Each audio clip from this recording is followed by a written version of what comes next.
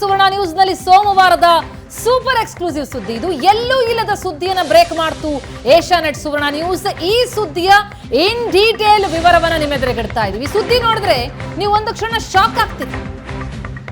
ನಾವು ಮಾತನಾಡ್ತಾ ಇರೋದು ಸ್ವಯಂ ಘೋಷಿತ ದೇವಮಾನವ ನಿತ್ಯಾನಂದನ ವಿಚಾರ.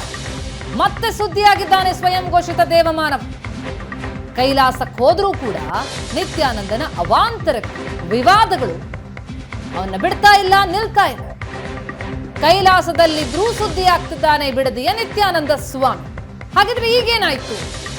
ಆ ಎಕ್ಸ್ಕ್ಲೂಸಿವ್ ಸುದ್ದಿಯನ್ನ ನಿಮ್ಮ ಎದುರಿಗಿಡ್ತಾ ಇದೆ. ಬಿಡದಿಯ ಸ್ವಾಮಿ ನಿತ್ಯಾನಂದನ ವಿರುದ್ಧ ಮತ್ತೊಂದು ಕೇಸ್ ದಾಖಲಾಗಿದೆ. ಆಶ್ರಮದಲ್ಲಿ ಭಕ್ತರನ್ನ ಒತ್ತೆಯಾಗಿಟ್ಟುಕೊಂಡ ಹಾಗಿದ್ರೆ ನಿತ್ಯಾನಂದ, ಆ ರೀತಿ ಪೋಷಕರಿಗೆ ಆರೋಪಿಸ್ತಾ ಇದ್ದಾರೆ. ಸ್ವಾಮಿ ನಿತ್ಯಾನಂದ ವಿರುದ್ಧ ಹೈಕೋರ್ಟ್ ಮೆಟ್ಟಿಲೇರಿದ್ದಾರೆ ಪೋಷಕರು. ಒಬ್ಬ ಸಾಫ್ಟ್ವೇರ್ ಇಂಜಿನಿಯರ್ ಕೃಷ್ಣಕುಮಾರ್ ಪಾಲ್ ಎನ್ನುವಂತಹ ಟೆಕ್ಕಿ, ಇವರು 2020ರಿಂದ ಪೋಷಕರ ಅವಕಾಶ ಸಿಗ್ತಾ ಇಲ್ಲ, ಪೋಷಕರಿಗೆ ಮಾತುಕತೆಗೆ ಸಿಗ್ತಾ ಇಲ್ಲ. ನಿತ್ಯಾನಂದ ನಮ್ಮ ಮಗನನ್ನ ಒತ್ತೆಯಾಳಾಗಿಟ್ಕೊಂಡಿದ್ದಾನೆ ಅಂತ ಪೋಷಕರು ಆರೋಪಿಸ್ತಾ ಇದ್ದಾರೆ. ಪೊಲೀಸರಿಗೂ ಕೂಡ ಮಾಹಿತಿ ಕೊಟ್ಟಿದ್ರು, ಯಾವುದೇ ತನಿಖೆ ಆಗಿರಲಿಲ್ಲ. ನಂತರ ಈಗ ಕೋರ್ಟ್ನ ಮೊರೆ ಹೋಗಿದ್ದಾರೆ. ಜಾರ್ಖಂಡ್ನ ಕೃಷ್ಣಕುಮಾರ್ ಪಾಲ್ ಎಂಬ ಟೆಕ್ಕಿಯನ್ನ ಕೂಡಿಟ್ಟಂತಹ ಆರೋಪದ ಮೇಲೆ ಈಗ ಹೈಕೋರ್ಟ್ಗೆ ಹೇಬಿಯಸ್ ಕಾರ್ಪಸ್ ಅರ್ಜಿಯನ್ನ ಜಾರ್ಖಂಡ್ನ ವ್ಯಕ್ತಿ ಕೃಷ್ಣಕುಮಾರ್ ಪಾಲ್ ಅವರ ಪೋಷಕರು ಈಗ ಸಲ್ಲಿಸಿರುವಂತದ್ದು.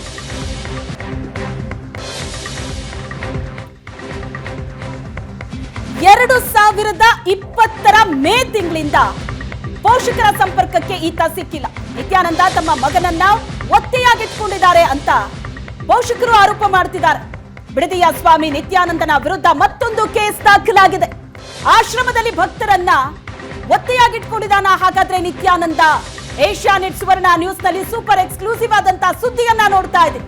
ಬಿಡದಿಯ ನಿತ್ಯಾನಂದನ ವಿರುದ್ಧ ಮತ್ತೊಂದು ಕೇಸ್ ದಾಖಲಾಗಿದೆ. ಆಶ್ರಮದಲ್ಲಿ ಭಕ್ತರನ್ನ ಒತ್ತೆಯಾಗಿಟ್ಕೊಂಡಿದ್ದಾರ ಹಾಗಾದ್ರೆ ನಿತ್ಯಾನಂದ?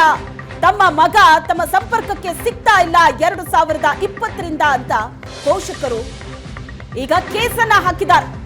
ಏಷ್ಯಾನೆಟ್ ಸುವರ್ಣ ನ್ಯೂಸ್ ನಲ್ಲಿ ಎಕ್ಸ್ಕ್ಲೂಸಿವ್ ಆದಂತಹ ಸುದ್ದಿಯನ್ನ ನೋಡ್ತಾ ಇದೆ. ಕೈಲಾಸ ಸೇರ್ಕೊಂಡ್ರು ಕೂಡ ನಿತ್ಯಾನಂದನ ಅವಾಂತರಗಳು ಮಾತ್ರ ನಿಲ್ಲುತ್ತಾ ಇಲ್ಲ. ಮತ್ತೊಂದು ಕೇಸ್ ನಿತ್ಯಾನಂದನ ವಿರುದ್ಧ ದಾಖಲಾಗಿದೆ.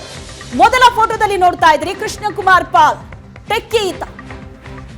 ಎರಡನೇ ಫೋಟೋ ಕೃಷ್ಣಕುಮಾರ್ ಅವರ ತಂದೆ ದಯಾಶಂಕರ್. 2020ರಿಂದಲೂ ಕೂಡ ಮಗನನ್ನ ಕಾಂಟ್ಯಾಕ್ಟ್ ಮಾಡೋದಕ್ಕಾಗಿ ಪ್ರಯತ್ನಿಸ್ತಾ ಇದ್ದಾರೆ. ಪೊಲೀಸ್ ಸ್ಟೇಷನ್ಗೂ ಕೂಡ ಹೋಗಿ ಬಂದಿದ್ದಾರೆ. ಈಗ ಕೋರ್ಟ್ ಮೊರೆ ಹೋಗಿದ್ದಾರೆ. ಅಲ್ಲಿ ಹೇಬಿಯಸ್ ಕಾರ್ಪಸ್ ಅರ್ಜಿ ಸಲ್ಲಿಕೆ ಆಗಿದೆ. 2020ರ ಮೇ ತಿಂಗಳಿಂದ ಪೋಷಕರ ಸಂಪರ್ಕಕ್ಕೆ ಈತ ಸಿಕ್ಕಿಲ್ಲ. ತಂದೆ ದಯಾಶಂಕರ್ ಮಗನಿಗಾಗಿ ಹುಡುಕಾಟ ನಡೆಸಿದ್ದಾರೆ. ಹಲವು ಬಾರಿ ಆಶ್ರಮಕ್ಕೆ ಹೋಗಿ ಬಂದಿದ್ದಾರೆ. ಆದ್ರೆ ಯಾವುದೇ ಪ್ರಯೋಜನ ಆಗಿಲ್ಲ. ಮಗನನ್ನ ಹುಡುಕೊಡಿ ಅಂತ ಜಾರ್ಖಂಡ್ ಪೊಲೀಸರಿಗೆ ದೂರು ಕೊಟ್ಟರು ಕೂಡ ಪ್ರಯೋಜನ ಆಗಿಲ್ಲ. ಬಿಡದಿ ಪೊಲೀಸರಿಗೆ ಜಾರ್ಖಂಡ್ ಪೊಲೀಸರು ಕೇಸನ್ನ ವರ್ಗಾವಣೆ ಮಾಡ್ತಾರೆ. ಮಿಸ್ಸಿಂಗ್ ಕೇಸ್ ದಾಖಲಾದ್ರೂ ಕೂಡ ಪೊಲೀಸರು ಕ್ರಮ ಕೈಗೊಳ್ಳಲ್ಲ. ಮಗನನ್ನ ಹುಡುಕೊಡುವಂತೆ ಪೊಲೀಸರ ಮೊರೆ ಹೋದ್ರೂ ಕೂಡ 2020ರಿಂದ ಇಲ್ಲಿ ತನಕ ಮಗನ ದರ್ಶನ ಆಗೋದಿರಲಿ, ಮಗ ಕಾಂಟ್ಯಾಕ್ಟ್ಗೂ ಕೂಡ ಸಿಗ್ತಾ ಇಲ್ಲ. ಝೂಮ್ ಕಾಲ್ ಒಮ್ಮೆ ಮಾಡಿಸ್ತಾರೆ, ಪೋಷಕರನ್ನ ಮಾತಾಡಿಸ್ತಾರೆ, ಅಷ್ಟು ಬಿಟ್ರೆ ಮತ್ತೆ ಏನು ಸಂಪರ್ಕನೇ ಇಲ್ಲ. ಹಾಗಿದ್ರೆ ಏನಾದ?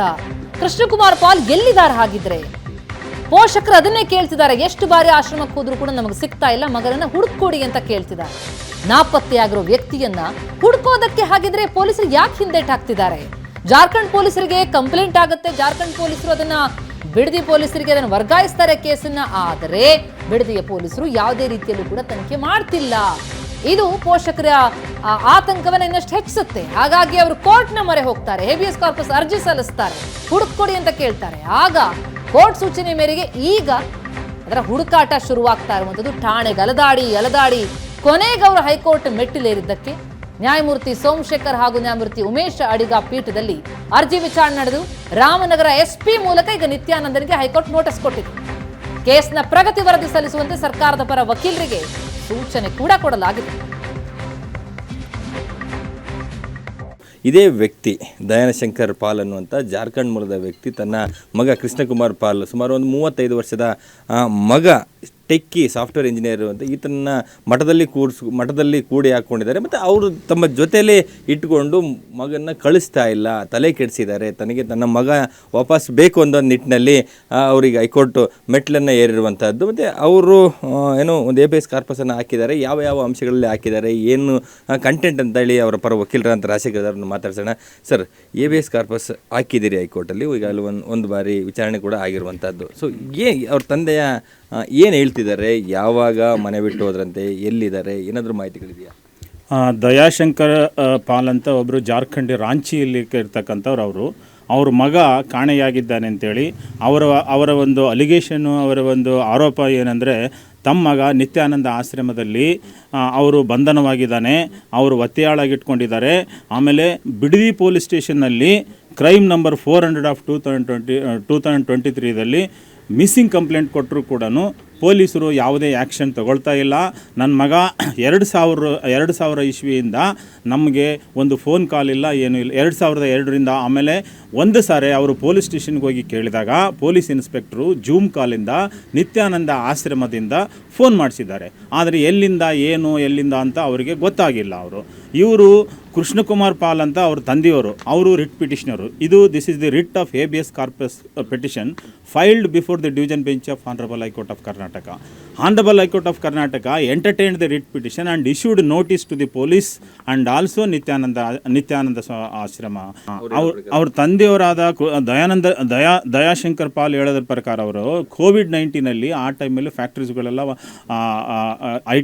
ಐ ಟಿ ಫರ್ಮ್ಸ್ಗಳೆಲ್ಲ ಆಮೇಲೆ IT ಇಂಡಸ್ಟ್ರೀಸ್ ಎಲ್ಲ ಬಂದಿದ್ದಾಗೆ ಆಶ್ರಮಕ್ಕೆ ಹೋಗಿ ಸೇರಿದಾಗ ಅಲ್ಲಿಂದ ಇವರಿಗೆ ಯಾವುದೇ ಒಂದು ಮಾಹಿತಿ ಇಲ್ಲ ಅಂತ ಹೇಳ್ತಾರೆ ಇವರು. ಆ ಸಂದರ್ಭಗಳಲ್ಲಿ ಕೋವಿಡ್ ಸಂದರ್ಭಗಳಲ್ಲಿ ಒಳಗೆ ಹೋಗಿದ್ದಾನೆ. ನಂತರ ಇವರಿಗೆ ಒಂದು ಫೋನ್ ಕಾಲ್ ಇಲ್ಲ, ಏನೂ ಇಲ್ಲ. ಆಮೇಲೆ ಅದಕ್ಕಿಂತ ಮುಂಚೆ ಒಂದು IT ಇಂಡಸ್ಟ್ರಿಯಲ್ಲಿ ವರ್ಕ್ ಮಾಡಿದ್ರು, IT ಪ್ರೊಫೆಷನಲ್ ಆಗಿ ವರ್ಕ್ ಮಾಡ್ತಿದ್ರು. His educational qualification is engineering in electronic and communication. He has studied in Siddaganga Institute of Technology, ತುಮಕೂರಲ್ಲಿ.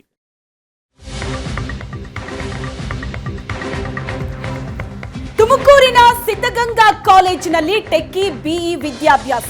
ಇನ್ಫೋಸಿಸ್ನಲ್ಲಿ ಸಾಫ್ಟ್ವೇರ್ ಇಂಜಿನಿಯರ್ ಆಗಿ 4 ವರ್ಷ ಕೆಲಸ ಮಾಡ್ತಾರೆ. ಕೊರೋನಾ ಸಂದರ್ಭದಲ್ಲಿ ಆಶ್ರಮಕ್ಕೆ ಸೇರಿ ಪೋಷಕರಿಂದ ದೂರವಾಗ್ತಾರೆ. ತುಮಕೂರಿನ ಸಿದ್ಧಗಂಗಾ ಕಾಲೇಜಿನಲ್ಲಿ ಟೆಕ್ಕಿ BE ವಿದ್ಯಾಭ್ಯಾಸ ಮಾಡಿದ್ರು. ಅದಾದ ನಂತರ ಕೋವಿಡ್ ಟೈಮಲ್ಲಿ ಕೆಲಸ ಹೋಗುತ್ತೆ, ಆಶ್ರಮ ಸೇರ್ಕೋತಾರೆ. ಅದಾದ ನಂತರ ಪೋಷಕರ ಸಂಪರ್ಕಕ್ಕೆ ಸಿಗೋದಿಲ್ಲ. ತಮ್ಮ ಮಗ ಕೈಲಾಸದಲ್ಲಿಲ್ಲ, ರಾಜ್ಯದಲ್ಲೇ ಎಲ್ಲೋ ಇದ್ದಾನೆ. ಪಾಸ್ಪೋರ್ಟ್ ರಾಜ್ಯದಲ್ಲೇ ಇರೋ ಕಾರಣ ಬೇರೆ ದೇಶಕ್ಕೆ ಹೋಗಿಲ್ಲ, ಮಗನನ್ನ ಹುಡುಕೊಡಿ ಅಂತ ಕೃಷ್ಣಕುಮಾರ್ ಪಾಲ್ ಪೋಷಕರು ಕಣ್ಣೀರು ಹಾಕ್ತಾ ಇದ್ದಾರೆ. मेरा बेटा यहाँ तुमकुर SIT सिद्धगंगा इंस्टीट्यूट में पढ़ता था.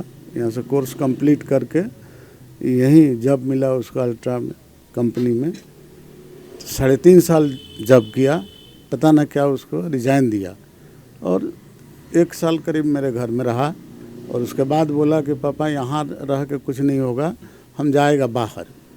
तो मेरे को बोला गुजरात जाएंगे. तो गुजरात गया. 2-4 महीना के बाद वे बेंगलोर आया.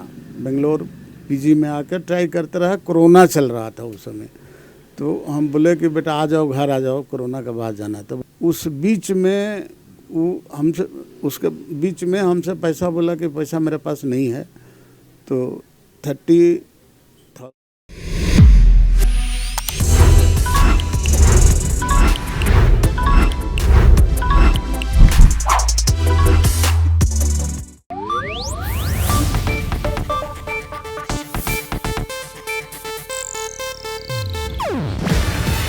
ಇದು ಏಷ್ಯಾನೆಟ್ ನ್ಯೂಸ್ ನೆಟ್ವರ್ಕ್ ಪ್ರಸ್ತುತಿ.